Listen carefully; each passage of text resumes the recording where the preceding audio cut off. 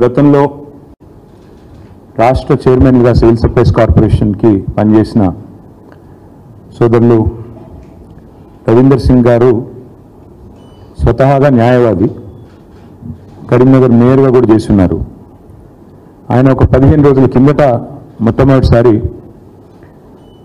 కాంగ్రెస్ ప్రభుత్వం వచ్చిన తర్వాత బియ్యం కొనుగోలులో, అదేవిధంగా ఈ రైతన్నల ధాన్యం ఏదైతే మరి ప్రభుత్వం ఎఫ్సిఐ కోసం కొనుగోలు చేస్తుందో, ఈ సన్న బియ్యం విషయంలో, అదేవిధంగా ఈ ధాన్యం విషయంలో ఒక పెద్ద కుంభకోణం జరిగింది అంటూ 15 రోజుల కిందటనే కరీంనగర్లో మొదటిసారి తాను నిర్దిష్టమైన ఆరోపణలు చేయడం జరిగింది.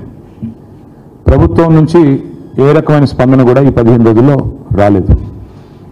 తదనంతరం ఒక వారం రోజుల కిందట మాజీ శాసనసభ్యులు, మాజీ సివిల్ సప్లైస్ కార్పొరేషన్ అధ్యక్షులు సోదరులు పెద్ది సుదర్శన్ రెడ్డి గారు కూడా ఈ ఆరోపణలను ఆధారాలతో నిర్దిష్టంగా మళ్ళీ తిరిగి వారం రోజుల కిందట వారు కూడా మరొక పత్రికా సమావేశాన్ని నిర్వహించడం జరిగింది. ప్రభుత్వం ఇప్పటి వరకు, ముఖ్యంగా ప్రభుత్వంలో ఉండే బాధ్యులు, గౌరవ మంత్రి ఉత్తమ్ కుమార్ రెడ్డి కానీ లేదా ముఖ్యమంత్రి రేవంత్ రెడ్డి కానీ ఈ రోజు వరకు ఈ కుంభకోణం మీద కనీసం పెదవి విప్పడం లేదు. కనీసం ఒక్క మాట మాట్లాడడానికి కూడా ఇష్టపడడం లేదు. ఒక్క ప్రశ్నకు కూడా ఇంతవరకు సమాధానం చెప్పలేదు. ఇవాళ బీఆర్ఎస్ పార్టీ తరఫున మేము నిర్దిష్టమైన ఆధారాలతో సహా ఇవన్నీ కూడా మీ ముందు బయట పెడతా ఉన్నాము. మేము కొన్ని డిమాండ్లు కూడా చేయబోతా ఉన్నాం. మేము మొదటి నుంచి చెప్తా వచ్చింది ఒకటే, కాంగ్రెస్ అంటేనే మరి బీఆర్ఎస్ అంటే స్కీములు, కాంగ్రెస్ అంటే స్కాములు. నిజానికి కాంగ్రెస్ అంటేనే స్కామ్ గ్రేస్ అని పిలుస్తారు. కుంభకోణాల కుంభమేళ జరుగుతుంది తెలంగాణలో ఈ కాంగ్రెస్ వస్తే అనే మాట మేము ఎన్నికల ముందు 6 నెలల ముందే చెప్పడం జరిగింది. ఇవాళ కాంగ్రెస్ పార్టీ పెద్దలు ముఖ్యంగా ఈ రాష్ట్రంలో ఒకటే ఫిలాసఫీ పెట్టుకున్నారు, గల్లీ మే లూటో ఢిల్లీ మే బాంటో. అంటే ఇక్కడ దోచుకో, గల్లీలో దోచుకో, ఢిల్లీలో అక్కడ ఉండే కాంగ్రెస్ పెద్దలకు, అక్కడ ఉండే వారికి మరి అందులో ఎందుకంటే సామంతరాజులు కప్పాలు కట్టాలి కాబట్టి ఇక్కడ నుంచి అక్కడ వరకు వారు పంపకాలు, సూట్ కేసులు మోయడం ఇవన్నిట్లో బిజీగా ఉన్నారు. ఇవాళ ఏది వదలట్లేదు వీళ్ళు. రైతన్నల ధాన్యం నుంచి విద్యార్థుల అన్నం వరకు అన్నింటి మీద కూడా ఇవాళ కుంభకోణాలకు తెరలేపింది కాంగ్రెస్ ప్రభుత్వం. ఈ 2 కుంభకోణాలు కలిపి నేను మొత్తం వివరంగా చెప్తాను.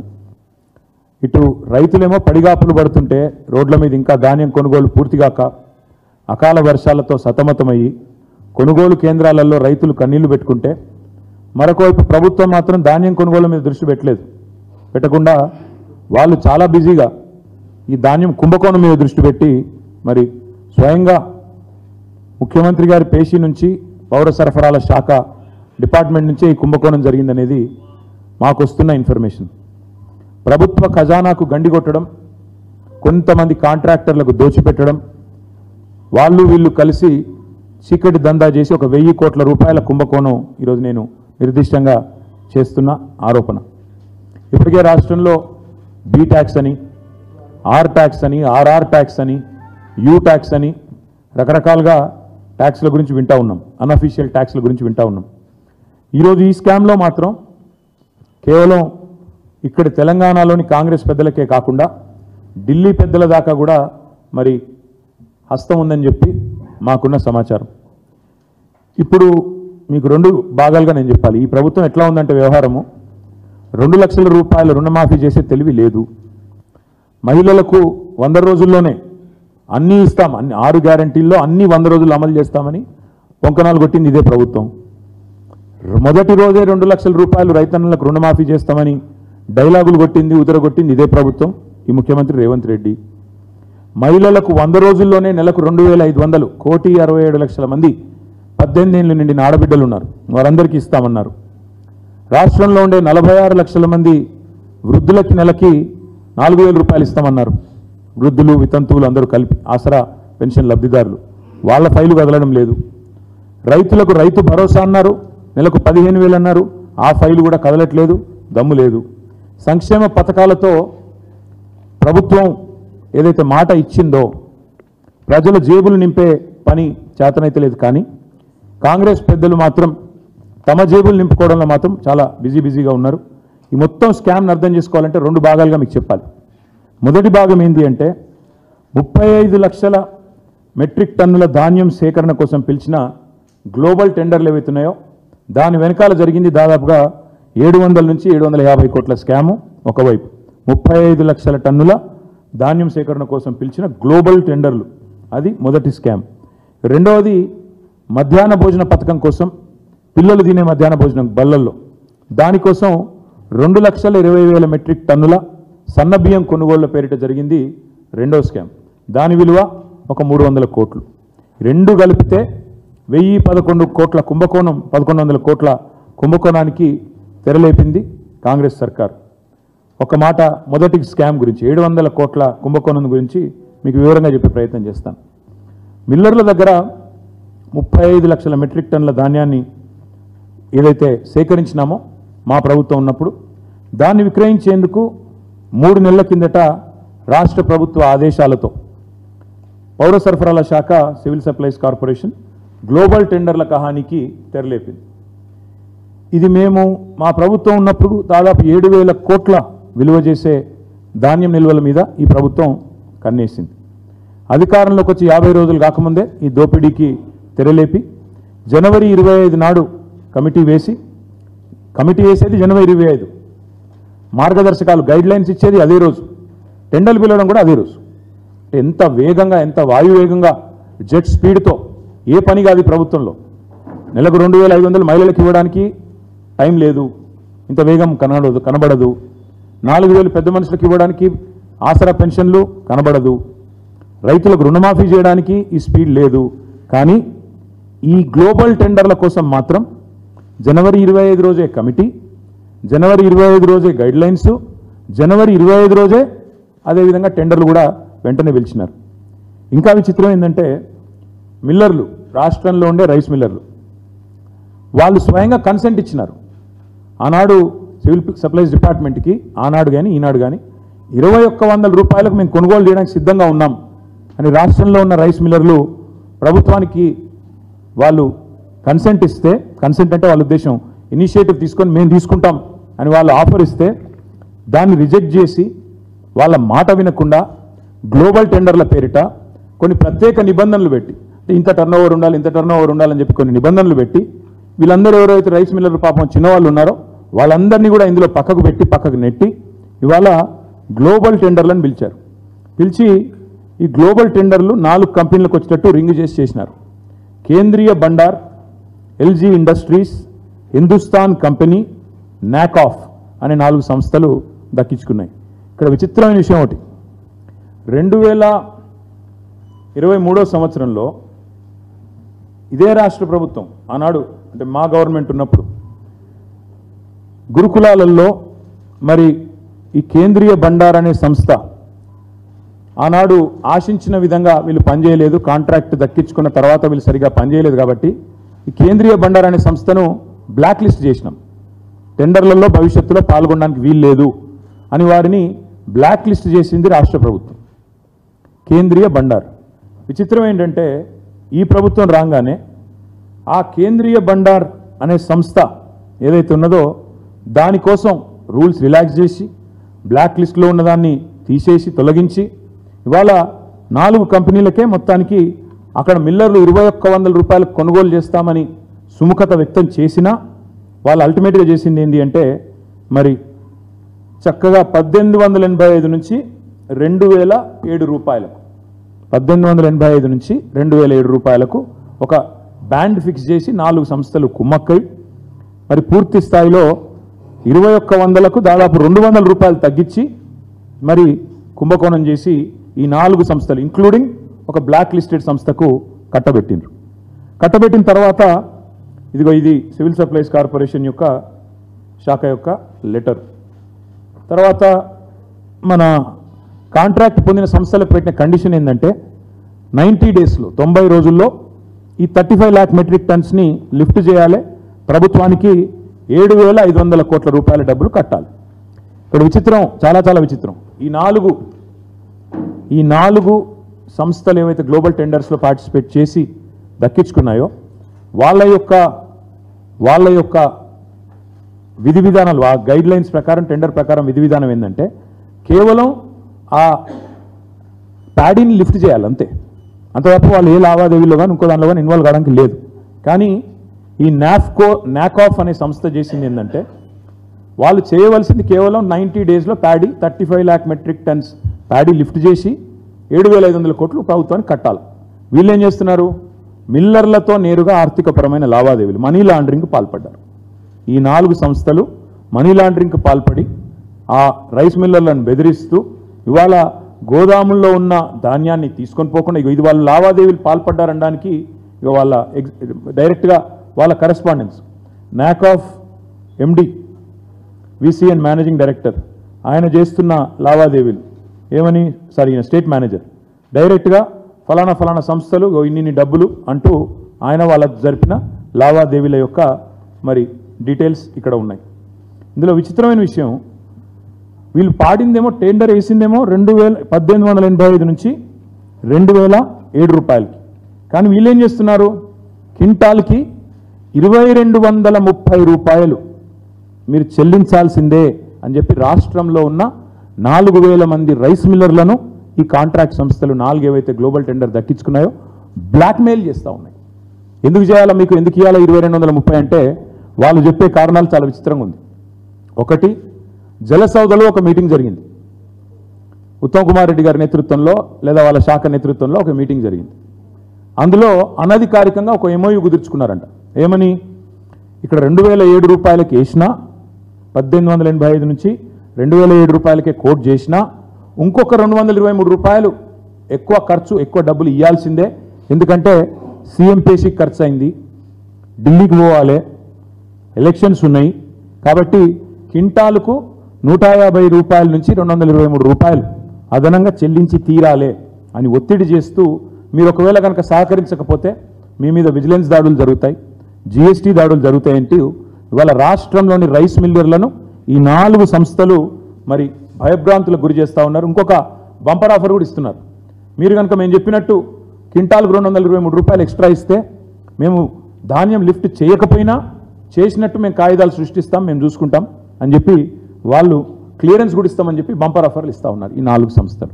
అంటే అక్కడ ధాన్యం లేకపోయినా ఉన్నట్టుగా మేము క్లియరెన్స్ ఇస్తాం, లిఫ్ట్ చేయకపోయినా చేసినట్టు మేము చూపెడతాం, మీరు చేయవలసిందల్లా క్వింటాల్కి 223 రూపాయలు అదనంగా మీరు మాకు ఇవ్వాలి అని చెప్పి మనీ ట్రాన్స్ఫర్ కోసం మిల్లర్ల మీద ఇలా పెద్ద ఎత్తున మరి ఒత్తిడి తెచ్చి భారీ స్థాయిలో నగదు బదిలీ ఇవాళ జరిగిందనేది మాకున్న సమాచారం, మాకుండే మిల్లర్ ఫ్రెండ్స్ కానీ ఇతరత్ర కానీ.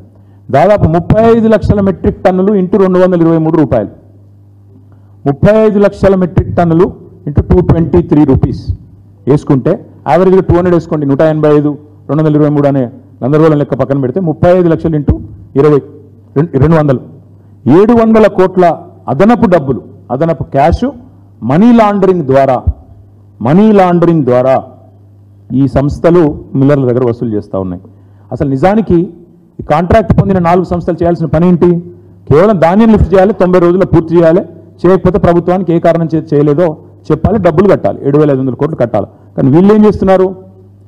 వాళ్ళు టెండర్ వేసింది, వాళ్ళు టెండర్ తీసుకున్నది ధాన్యం లిఫ్టింగ్కి, డబ్బుల వసూలు కాదు. డబ్బుల వసూలుకి వీళ్ళకి పాత్ర లేదు. మరి ఇప్పుడు ఈ సంస్థ ఇప్పుడే నేను చెప్పినట్టు డబ్బుల వసూలు సంబంధించిన సబ్జెక్ట్ నాఫ్కాస్ అనే సంస్థ ఎందుకు మాట్లాడుతోంది? అసలు వీళ్ళకున్న అధికారం ఏంది? ఒక నాఫ్కాస్ మాకు లెటర్ ఉంది, మిగతా 3 సంస్థలది కూడా ఇదే రకమైన ఉత్తర ప్రత్యుత్తరాలు మా దగ్గర ఉన్నాయి. వీళ్ళందరూ డబ్బు వసూలు మీద పడ్డారు. ఇంకొక మాట ఏమంటే, అసలు సంబంధం లేని ప్రైవేట్ సంస్థలు ప్రభుత్వం తరపున డబ్బులు ఎట్లా అడుగుతున్నాయి? ప్రైవేట్ సంస్థలు ప్రభుత్వం తరపున డబ్బుల వసూలు ఎట్లా చేస్తున్నాయి? చేస్తే గీస్తే సివిల్ సప్లైస్ కార్పొరేషన్ చేయాలి డబ్బులు వసూలు, లేదా FCI చేయాలి. వీళ్ళు ఎవరు అసలు ఈ 4? అదేవిధంగా ఈ 700 కోట్లు 35 లక్షలు ఇంటూ మరి 200 రూపాయలు. ఇంకా విచిత్రం, ఈ 4 సంస్థలు మేము చెప్పినట్టు తినకపోతే విజిలెన్స్ దాడులు జరుగుతాయి అని మిల్లర్లను బెదిరిస్తున్నారు. కాంట్రాక్టు ఏజెంట్ వీళ్ళు ఏవైతే 4 ఏజెన్సీలు ఉన్నాయో లిటరల్లీ వీళ్ళు ప్రభుత్వ ఏజెంట్ లాగా డబ్బుల వసూలుకు ఒక హఫ్తా వసూలు చేసే వాళ్ళు ఉంటారు కదా, ఆ టైప్లో బెదిరించే ప్రయత్నం చేస్తూ ఉన్నారు. ఇక్కడ ఆశ్చర్యకరమైన విషయం ఇందాక నేను చెప్పింది, 2100 రూపాయలకు మిల్లర్లు మేము కొంటామని సుముఖత వ్యక్తం చేసినాక కూడా 1885 నుంచి 2007 రూపాయల వరకే ఎందుకు బ్యాండ్ ఫిక్స్ చేసి నలుగురిని రింగు చేసి ఎలిజిబిలిటీ క్రైటీరియా అని పెట్టి చిన్న చిన్న సంస్థలన్నింటినీ ఎదరగొట్టింది ప్రభుత్వం, పౌర సరఫరాల శాఖ, ముఖ్యమంత్రి రేవంత్ రెడ్డి సమాధానం చెప్పాలి. అదే మాదిరిగా టెండర్లలో మరి జనవరి 25 టెండర్ పిలిచారు, ఈరోజు మే 25, ఫిబ్రవరి, మార్చి, ఏప్రిల్, మే 4 నెలలు అయిపోయింది. 23కి మొన్న అయిపోయింది. వాళ్ళకి ఇచ్చిన 90 రోజుల కాల పరిమితి కూడా ముగిసిపోయింది. 3 నెలల్లో 90 రోజుల్లో మిల్లులన్నీ ఖాళీ చేయాలనే నిబంధన ఉంది. ఎందుకంటే నెక్స్ట్ సీజన్ వస్తుంది, ప్రొక్యూర్మెంట్ చేయాలి, ఆడ ఖాళీ లేకపోతే మరి పికప్ చేయరాదు, స్టాక్ పికప్ చేయరాదు, అక్కడ స్టాక్ చేయరాదు. కాబట్టి ఈ రోజు వరకు మాకున్న సమాచారం ఈ ఏజెన్సీలు 4 20% కూడా ఇంతవరకు ప్యాడీ అక్కడి నుంచి పికప్ చేయలేదు, లిఫ్ట్ చేయలేదు. 20% కూడా పికప్ చేయలేదు. మరి 90 రోజులు పూర్తయినా డబ్బులు చెల్లించలేదు, స్టాక్ లిఫ్ట్ చేయలేదు. దీని వెనకాల ఏం జరుగుతుంది? మరి మిల్లర్లను బెదిరించడంలో బిజీగా ఉన్నట్టున్నారు. మరి డెడ్ లైన్ అయిపోయింది. డెడ్ లైన్ అయిపోయిన తర్వాత మరి ప్రభుత్వం ఏం చేయాలా? నిబంధనల ప్రకారం ఒకవేళ వాళ్ళు చెప్పిన ప్రకారం కనుక ఆనర్ చేయకపోతే వెంటనే కాంట్రాక్టర్ల మీద చర్యలు తీసుకోవాలి, బ్లాక్ లిస్ట్లో పెట్టాలి. కానీ ప్రభుత్వం ఏం చేస్తుంది? ఇంకా వాళ్ళకి రావాల్సిన 700 కోట్లు రాలేదు కాబట్టి చేతికి మొత్తంగా ఇవాళ ఎక్స్టెన్షన్ చేసే ప్రయత్నంలో ఉన్నారు. ఎందుకు? మిల్లర్లను మరింత బెదిరియాలి, ఎలక్షన్స్ అయిపోయినాయి, ఇంకా లిఫ్ట్ చేయకుండా ఇంకా మిల్లర్లను మళ్ళీ బెదిరించి నెక్స్ట్ సీజన్ పెట్టి మెడ మీద కత్తి పెట్టి మీరు అకాల వర్షాలు ఇప్పటికే పడుతున్నాయి, మీరు వెంటనే డబ్బులు కట్టకపోతే మీ తాట తీస్తాం, మీ లైసెన్స్ క్యాన్సిల్ చేస్తాం అని మిల్లర్లను బెదిరించి ఇవాళ రైతుల కోసం మాట్లాడుతున్నట్టు నటించి ఇవాళ అదనంగా డబ్బులు వసూలు చేసే చక్కర్లో ఉన్నారు. వాస్తవంగా జరగాల్సింది ఏంటి? కాంట్రాక్ట్ ఏజెన్సీలు ఏవైతే 90 రోజుల్లో లిఫ్ట్ చేస్తామన్నాయో అక్కడ మిల్లులలో లిఫ్ట్ చేస్తేనే స్థలం ఖాళీ అవుతుంది, ప్రభుత్వానికి డబ్బులు వస్తాయి, నెక్స్ట్ సీజన్ ప్రొక్యూర్మెంట్ సాఫీగా అవుతుంది. ఒకవేళ జరగకపోతే ఏం జరుగుతుంది? ప్రభుత్వం మరొక 150 కోట్లు నెలకు వడ్డీ అదనంగా చెల్లించాల్సిన పరిస్థితి సివిల్ సప్లైస్ కార్పొరేషన్ వాళ్ళకు వస్తుంది. ఇవాళ ప్రభుత్వం చెప్పాలా? మేము అడుగుతా ఉన్నాం, డిమాండ్ చేస్తూ ఉన్నాం ప్రధాన ప్రతిపక్షంగా. ఇప్పటి వరకు ఎంత ధాన్యం ఈ 90 రోజుల్లో మరి కొనుగోలు జరిగింది, ఎంత లిఫ్ట్ చేసినారో స్పష్టంగా రాష్ట్ర ప్రజల ముందు శ్వేతపత్రం ప్రచురించండి. టెండర్ నిబంధనల మీదకు 90 రోజుల్లో కనుక మీరు తీసుకోకపోతే ఎందుకు మీరు ఉపేక్షించి మళ్ళీ ఎక్స్టెన్షన్ చేసే ప్రయత్నం చేస్తున్నారో మీరు చెప్పాలి. అన్నింటికి మించి రొనాల్డ్ రాస్ ఆనాడు కేంద్రీయ బండార్ అనే సంస్థ తప్పుడు పనులు చేసింది అని బ్లాక్ లిస్ట్ చేసినారు కదా. టీఆర్ఎస్ హయాంలో బ్లాక్ లిస్ట్ చేసిన సంస్థను మీరెందుకు వెంటనే దాన్ని తీసేసి ఈ టెండర్లో పార్టిసిపేట్ చేసే విధంగా అనుమతించారు? ప్రజలకు వివరంగా చెప్పాలి. ఇందులో మీకు 100 కోట్ల రూపాయలు ముట్టిన మాట వాస్తవమా కాదా మరి ఎంక్వైరీ ద్వారా తేల్చాలి, అది కూడా డిమాండ్ చెప్తాను నేను. ఈరోజు మరి ఏ సంస్థలైతే ఈ రకంగా 90 రోజుల్లో ఇచ్చిన పని చేయకుండా జాప్యం చేస్తూ మిల్లర్లను బెదిరిస్తూ వారితో కేవలం లిఫ్టింగ్, ప్యాడీ లిఫ్టింగ్ కాడికే వాళ్ళకి వెసులుబాటు ఉంటే కాంట్రాక్ట్లో డబ్బుల లావాదేవీలు కూడా ఇవాళ చేస్తున్నారు, వారి మీద మనీ లాండరింగ్ ప్రకారం 4 ఏజెన్సీల మీద కూడా చర్య తీసుకోవాలి. ఇది మొదటి కుంభకోణం. ప్యాడీదేమో మొదటి కుంభకోణం 35 లక్షల మెట్రిక్ టన్ను. రెండవ స్కామ్ ఏంటంటే మా ప్రభుత్వం వచ్చిన తర్వాత కేసీఆర్ గారు పేద పిల్లల పట్ల ఆయనకుండే ప్రేమతో సన్నబియ్యం స్కీమ్ తీసుకొచ్చారు. సన్నబియ్యం పెట్టి విద్యార్థులకు హాస్టళ్లలో నాణ్యమైన భోజనం పెట్టాలా, స్కూళ్లలో నాణ్యమైన భోజనం పెట్టాలని చెప్పి అప్పటిదాకా దొడ్డు బియ్యంతో ఉన్న మరి మంచి పరిస్థితి ఉండేది కాదు ఆనాడు కాంగ్రెస్ ప్రభుత్వంలో. దాన్ని తొలగించి సన్నబియ్యం విద్యార్థులకు మంచి భోజనం అందించాలి, నాణ్యమైన భోజనం అని చెప్పి ఒక స్కీమ్ తీసుకొచ్చినాం. వీళ్ళు రాగానే కాంగ్రెస్ వాళ్ళు ఆ స్కీమ్ను స్కామ్ చేసినారు. ఏం చేసినారు? మధ్యాహ్న భోజన పథకానికి 2,20,000 మెట్రిక్ టన్నుల సన్నబియ్యం కావాలి. దానికోసం ఏం చేసినారంటే మీకు వివరంగా చెప్తాను. గురుకులాల్లో, అంగన్వాడీల్లో, స్కూళ్ళల్లో మధ్యాహ్న భోజనం పథకం కోసం జనరల్గా మరి మనం సన్నబియ్యం ప్రొవైడ్ చేస్తాం. వీటన్నిటి కోసం అని చెప్పి 2,20,000 టన్నుల సన్నబియ్యం కావాలని చెప్పి పౌర సరఫరాల శాఖ టెండర్ పిలిచింది. మళ్ళీ గ్లోబల్ టెండర్, మళ్ళీ సేమ్ మ్యాజిక్. మళ్ళీ విచిత్రంగా ఏ 4 సంస్థలు పాల్గొన్నాయో తెలుసా మీకు? సేమ్ అవే సంస్థలు, అదే ఎల్జీ, అదే నాఫ్కాస్, అదే నకాఫ్, అదే హిందుస్థాను, అదే కేంద్రీయ బండారు. వీళ్ళ ప్రపంచంలో ఇంకెవరికి తెలియదు, ఇంకెవరు లేరు. ఇదే 4 సంస్థలు. ఇంకా విచిత్రం చెప్తాం మీకు. అసలు బహిరంగ మార్కెట్లో ఈరోజు సన్నబియ్యం ధర కేవలం 42 నుంచి 45 రూపాయల మధ్యలో ఉంది. బహిరంగ మార్కెట్లో 42 నుంచి 45 రూపాయలు. ఇలా సామాన్య గృహిణి ఏ ఒక్కరిని అడిగినా, లేకపోతే బియ్యం కొనుక్కొచ్చే ఏ ఒక్క పురుషుడిని అడిగినా రాష్ట్రంలో తమ ఇంటి కోసం బియ్యం కొనుక్కునే వాళ్ళని ఎవరిని అడిగినా మీకు ఏం చెప్తారంటే ఓపెన్ మార్కెట్లో 42 రూపీస్ నుంచి 45 రూపీస్ వరకు మీకు ఫైన్ రైస్ దొరుకుతుంది. ప్రభుత్వం కూడా బయట కొనుగోలు చేస్తే అంతకే వస్తుంది. కానీ రైస్ మిల్లర్లు కూడా రెడీగా ఉన్నారు అంతమందం వేయడానికి ఆ రేటుకి.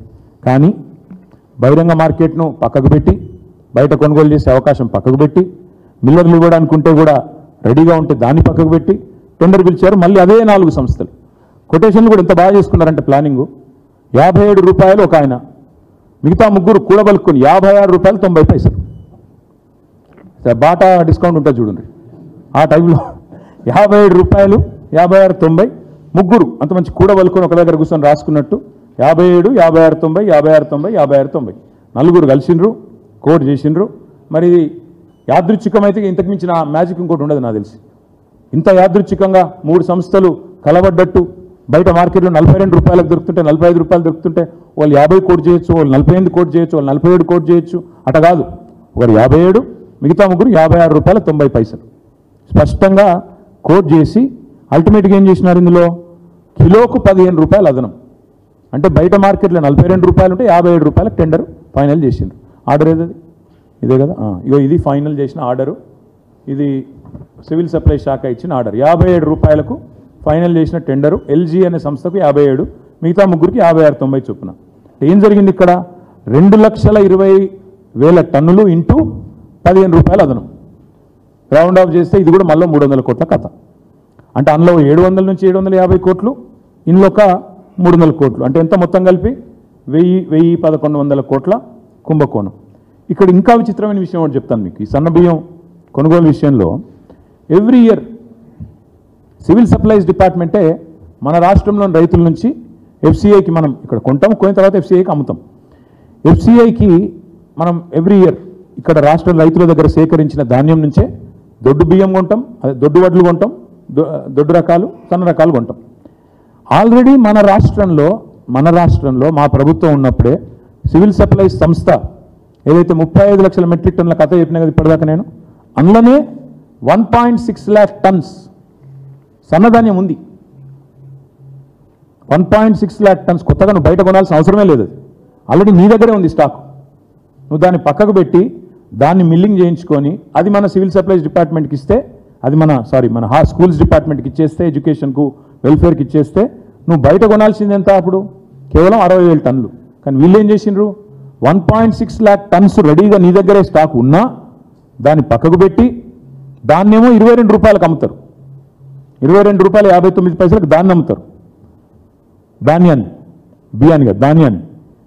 కాదంటే ఏం చేయాలి, నిజానికి ప్రభుత్వానికి కామన్ సెన్స్ ఉంటే, సివిల్ సప్లైస్ డిపార్ట్మెంట్కి నిజంగానే సిన్సియారిటీ ఉంటే ఈ ధాన్యాన్ని అమ్మకుండా మిల్లర్లకు ఇచ్చి వారి దగ్గర బియ్యం తీసుకోవచ్చు, సన్న బియ్యం తీసుకోవచ్చు, దానికి మళ్లించవచ్చు. తద్వారా 1,00,000 టన్నుల సన్న బియ్యం కేవలం 35 రూపాయలకు, అంటే బయట మార్కెట్లో 42 నుంచి 45 పోతున్నా 35 రూపీస్కే నీకు వస్తుండే. ఈ 1,00,000 టన్నులు పోను, మిగతాది నువ్వు పిలుచుకునేది ఉండే. ఎందుకంటే 1.6 lakh టన్ను ప్యాడీని చేస్తే, మిల్లింగ్ చేస్తే నీకు 1 lakh టన్ను ఇది వచ్చేది సన్న బియ్యం.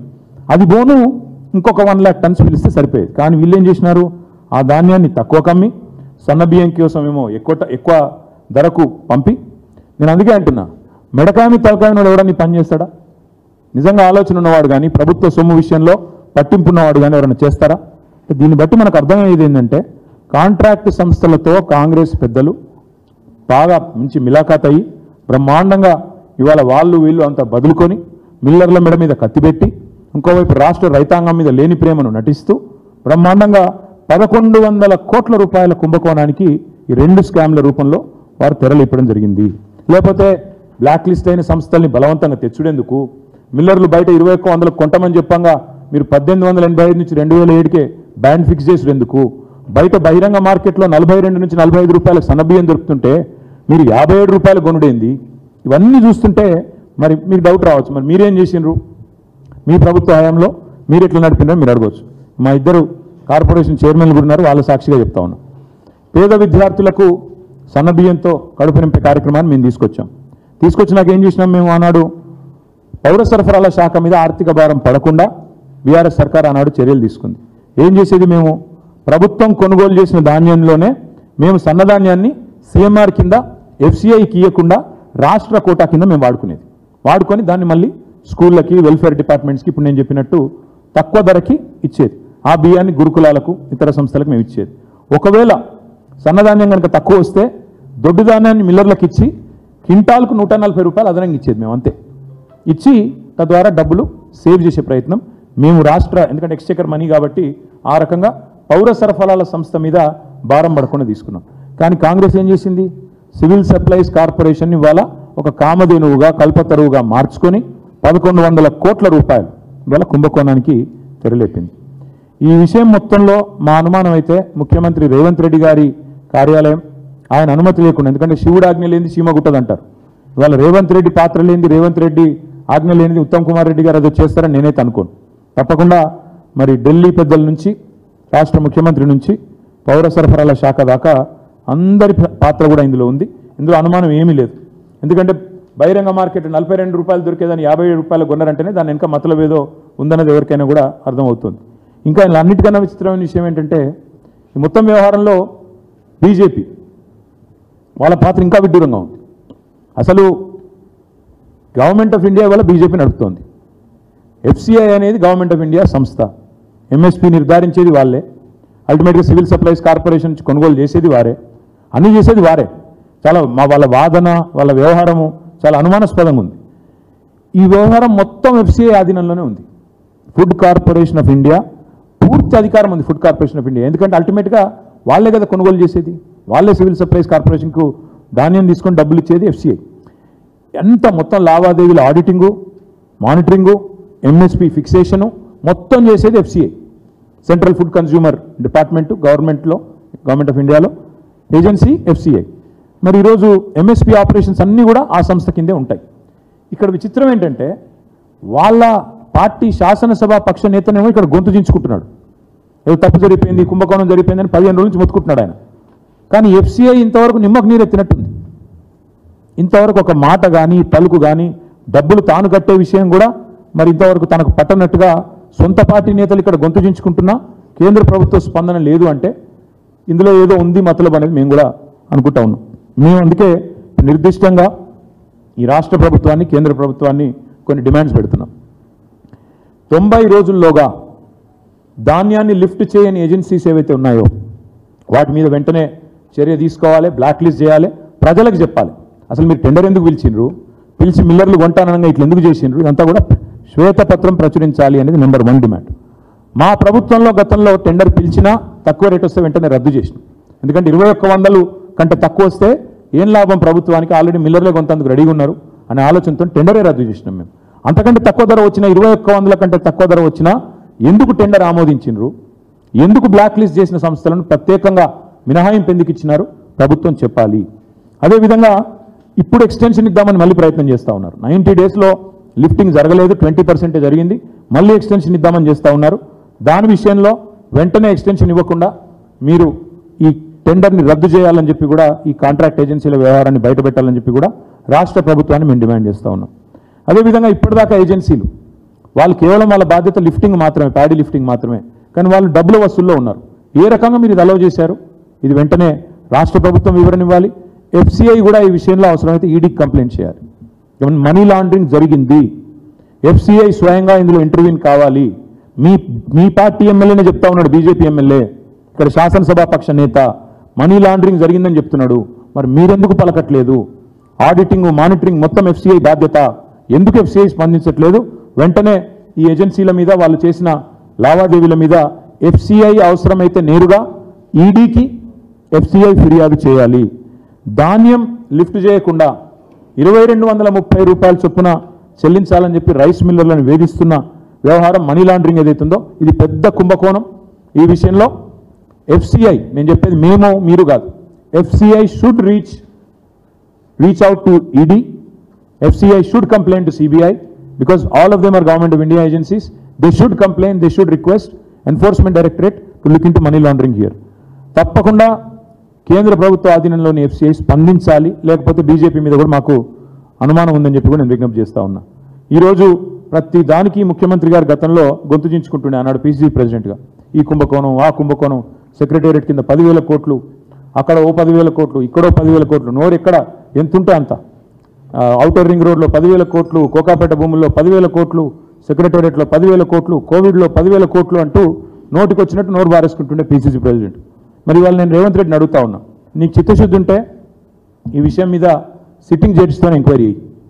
మీ మంత్రి అంతా కడిగిన ముత్యమైతే, స్వాతి ముత్యమైతే వెంటనే సిట్టింగ్ జడ్జితోని ఈ మొత్తం పౌర సరఫరాల శాఖ చేసిన 2 టెండర్లు, సన్న బియ్యంది, ప్యాడీది, రెండింటి మీద కూడా వెంటనే సిట్టింగ్ జడ్జితో ఎంక్వైరీ అయ్యి, కాళేశ్వరం మీద వేసినావు, తర్వాత భద్రాద్రి విద్యుత్ కొనుగోళ్ల మీద వేసినావు, దీని మీద కూడా ప్రజలకు తెలుస్తుంది. ప్రజాపాలన కదా, ప్రజలకు తెలియాలి కదా.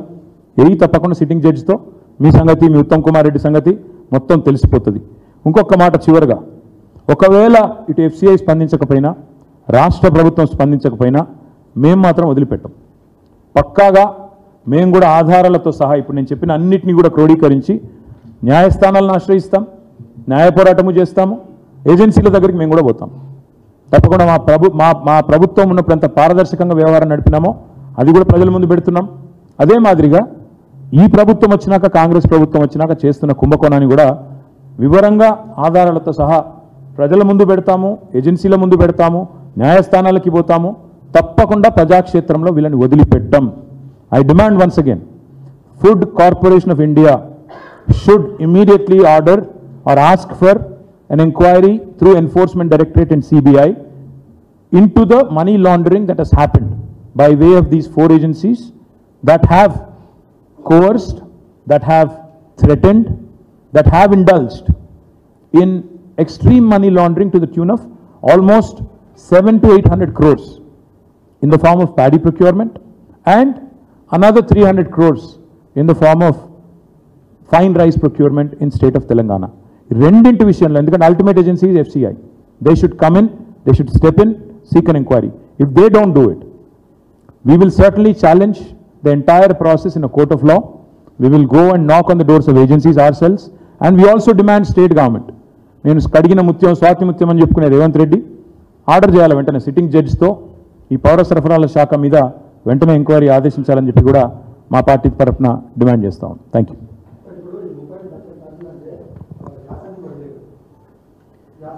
బ్రదర్, నేను మళ్ళీ చెప్తున్నా మీకు two things I want to make it very very clear. Every year procurement happens in 2 cycles. మా ప్రభుత్వం దిగిపోయిన నాడు మేము December 3 నాడు వి రిలింక్విష్డ్ ఆఫీస్, రైట్? సో అప్పుడు దాకా 35 లక్షల టన్నుల ధాన్యం ఏదైతే మేము సేకరించామో దట్ ఈస్ ఫ్రమ్ యాసంగి ఓన్లీ, ఉన్నది అక్కడే ఉంది. దాన్ని ఈ ప్రభుత్వం వచ్చినాక వాళ్ళు ఈ ప్రాసెస్లో నిజానికైతే ఏంటి, FCI ఎందుకు డబ్బులు తీసుకొని మళ్ళీ రైతులకి పేమెంట్ చేసి civil supplies corporation should do all the monitoring. So all the pending stocks మేము ఒకసారి టెండర్ పిలిచినాక రేట్ రాలేదు, మిల్లర్లే బయట 2100 అన్నప్పుడు మనం ఎందుకు తక్కువ రేటుకి అమ్మాలని మేము క్యాన్సిల్ కూడా చేసినాం, ఎందుకంటే rate did not seem right.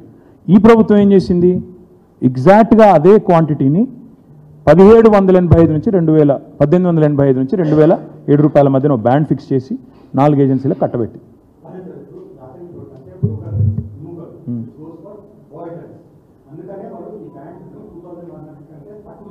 Yes, ఎవరు చెప్పారు మీకు అది? ఎవరు? Let them, no, listen. Rahul, listen. The premise is wrong. So you are basing a question on a premise which is wrong. Premise is, మీ వాదన ఏంటి, మీ ప్రాతిపదిక ఏంటి? ఆయన ఎవరో చెప్పారు, చౌహాన్ ఏమి సాక్రోసాంక్ట్ కాదు. ఆయన పాత్ర లేనిది అంత అయిందా? ఉత్తమ్ కుమార్ రెడ్డి పాత్ర లేనిది ఎంత అయిందా? నువ్వు ఎందుకు చేసినావు అని అడిగితే ఆయన మాత్రం నిజాలు చెప్తే ఆయన సత్యహరిశ్చంద్రుడు కజిన్ బ్రదరు, మిగతా వాళ్ళందరూ కాదు. పాయింట్ ఏంటంటే, let the minister speak. Why is he shying away? Let the chief minister speak. Let them come out with facts and figures like we are. Why are you using officers to shield your government? వాదన పెట్టండి, బయట పెట్టండి.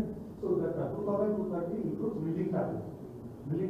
And on the other hand, this 2100 that you were talking about, వాళ్ళేమో 2100 including milling charges. See, semantics aside, Rahul, semantics aside, the nuances aside, this is a massive scam to the tune of 1100 crores. That's our allegation. Let the minister speak. If he doesn't, we'll go to agencies and we'll seek them to inquire and investigate. మీరు why should ఇదేమి court కాదు, మీరేం judge కాదు, నేనేమి న్యాయవాదిని కాదు, మనం వాదించుకోవడం ఎందుకు? Let the minister speak. Let him come out with facts and figures. The minister doesn't know, let his officers sit by him and let him speak, with their support. Minister గారు ఎందుకు భయపడుతున్నాడు మాట్లాడడానికి? Let him speak. ఇంకొక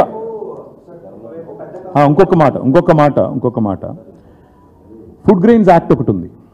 food grains act ప్రకారం ఇక్కడ విచిత్రమైన విషయం, ఇవాళ ధరల నియంత్రణ చట్టం దానిలో this is actually violation of food grains act. How it is, బయట మీరేమో 57 రూపాయలు కొనుగోలు చేస్తారు సన్న బియ్యాన్ని, కానీ మీరు ప్యాడీ అల్టిమేట్గా మీరు చెప్పిన ప్రకారం 2007 రూపాయలకే మీరు అమ్ముతున్నారు.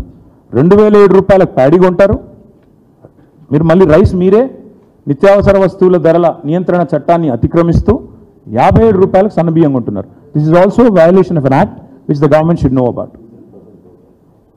అదే ఓన్లీ 10% ఇస్ బ్రోకెన్, అదే వారు చెప్తుంది అదే కదా. Right, 10% broken is allowed, by the way. 10% exception is there, that is allowed. Any other questions?